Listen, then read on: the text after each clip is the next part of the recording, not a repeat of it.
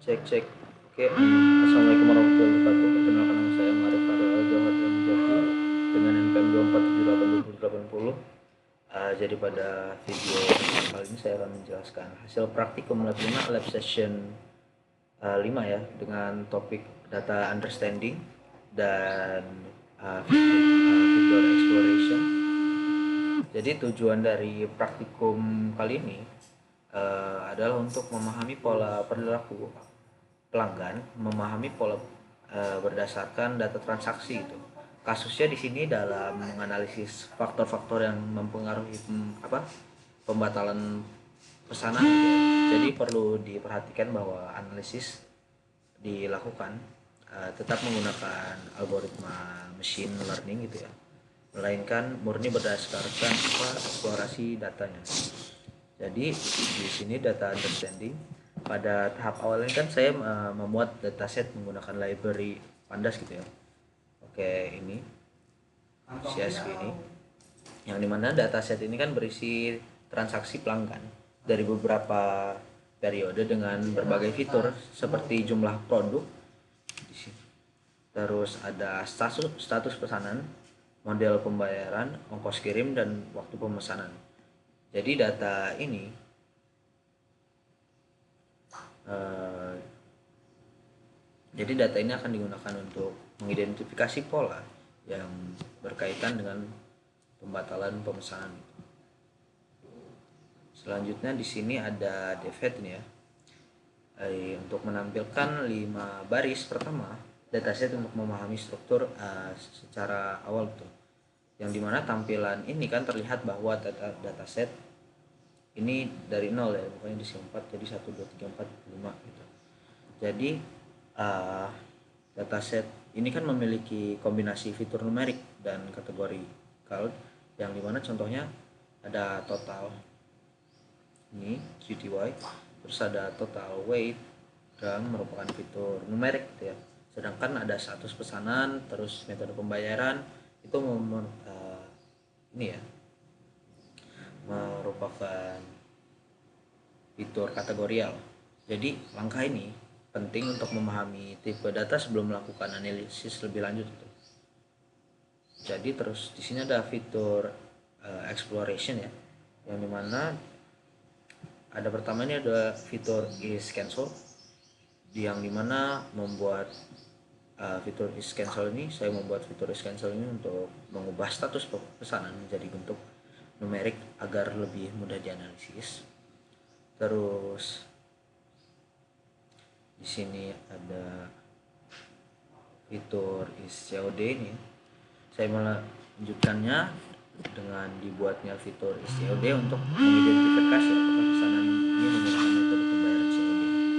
Jadi kenapa pakai COD ini, karena penting karena metode pembayaran itu kan seringkali berpengaruh terhadap perilaku pelanggan, termasuk kemungkinan pembatalan. Terus di sini ada hour atau waktu. Hour itu ini, jadi hour ini akan mengekstrak ya informasi jam dari waktu pesanan untuk melihat apakah terdapat pola waktu tertentu terhadap pembatalan gitu ya. Jadi misalnya pesanan di waktu tertentu itu bisa saja memiliki kecenderungan lebih tinggi untuk dibatalkan itu misal. Terus ada ongkir plus kategori di sini. Jadi fitur ongkir ini berdasar saya membuat fitur ongkir ini berdasarkan biaya pengiriman dan mengelolanya menjadi 2 kategori, yaitu free dan pay. Ada free ongkir gitu ya. Terus tujuannya ini adalah untuk melihat apakah promo seperti gratis ongkir itu berpengaruh terhadap pembatalan pesanan gitu. Validation fitur di sini ya, pakai ini, yang dimana ini kan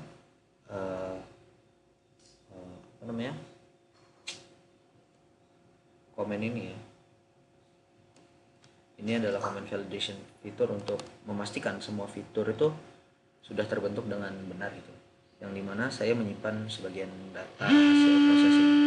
Jadi dari sini dapat dilihat bahwa setiap fitur di sini sudah memiliki nilai yang sesuai, dan siap digunakan untuk analisis.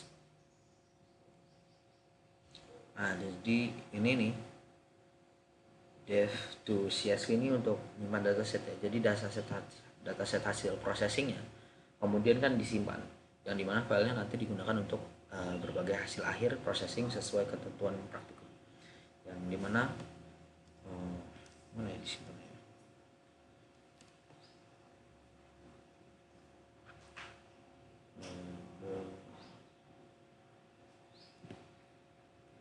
Ini AI ketika guys.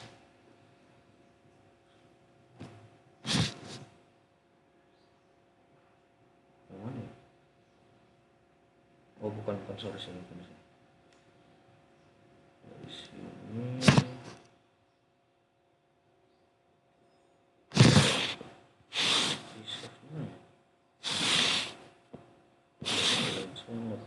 Ini nih di proses seperti ini, data proses. Nah terus di sini ada analisis pola. Pertama di sini kan ada COD versus pembatalan ya. Di sini is COD is cancelled ya. Yang dimana hasilnya menunjukkan bahwa tingkat pembatalan pada jasa COD itu lebih sedikit lebih tinggi dibanding dengan non COD gitu ya. Jadi hal ini mengidentifikasikan bahwa metode pembayaran COD itu memiliki kecenderungan lebih beresiko terhadap pembatalan kemungkinan karena pelanggan belum melakukan pembayaran di awal itu. Terus di sini ada ongkir versus pembatalan, yang dimana terlihat bahwa pesanan dengan ongkir gratis memiliki tingkat pembatalan yang lebih tinggi dibanding dengan ongkir berbayar, yang dimana hal ini menunjukkan bahwa promo gratis ongkir dapat meningkatkan minat pembeli, namun juga meningkatkan risiko pembatalan karena komitmen pembatalannya pelanggan itu cenderung lebih rendah gitu ya. Namun hasil ini kan perlu dilihat dengan hati-hati karena kemungkinan jumlah data pada kategori berbayar itu lebih sedikit. Ongkir cancel, terus total cancel di sini.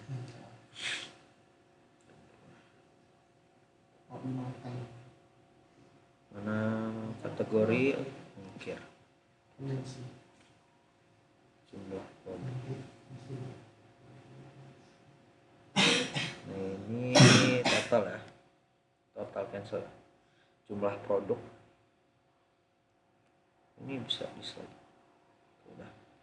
Jadi dari hasil jumlah produk versus pembatalan, dari hasil ini kan terlihat bahwa pada beberapa jumlah produk yang lebih besar tingkat pembatalan cenderung meningkat, namun pola ini tidak konsisten karena terdapat beberapa nilai yang justru lebih rendah.